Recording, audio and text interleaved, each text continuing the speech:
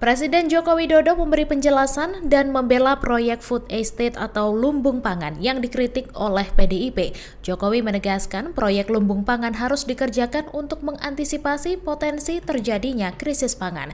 Ia mencontohkan sejumlah negara yang masyarakatnya banyak mengonsumsi gandum kini menghadapi masalah kenaikan harga.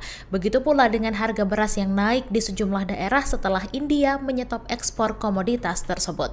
Jokowi juga menegaskan bahwa membangun lumbung pangan bukanlah pekerjaan mudah. Ia mengakui proyek lumbung pangan di Humbang Hasundutan, Sumatera Utara, Gunung Mas, serta Pulau Pisang, Kalimantan Tengah tidak langsung berhasil. Namun ia menekankan kondisi tersebut tidak boleh dijadikan alasan untuk tidak melanjutkan proyek food estate.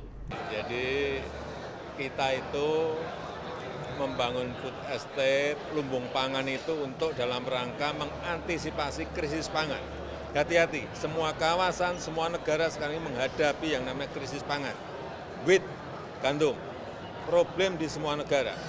Yang makan gandum semua ini masalah sekarang ini, problem. Harga juga naik drastis. Dua, beras. Setelah India stop, nggak ekspor lagi, semua yang makan beras semuanya sekarang ini juga masalah. Harga naik. Sehingga yang namanya lumbung pangan, food estate itu harus untuk cadangan.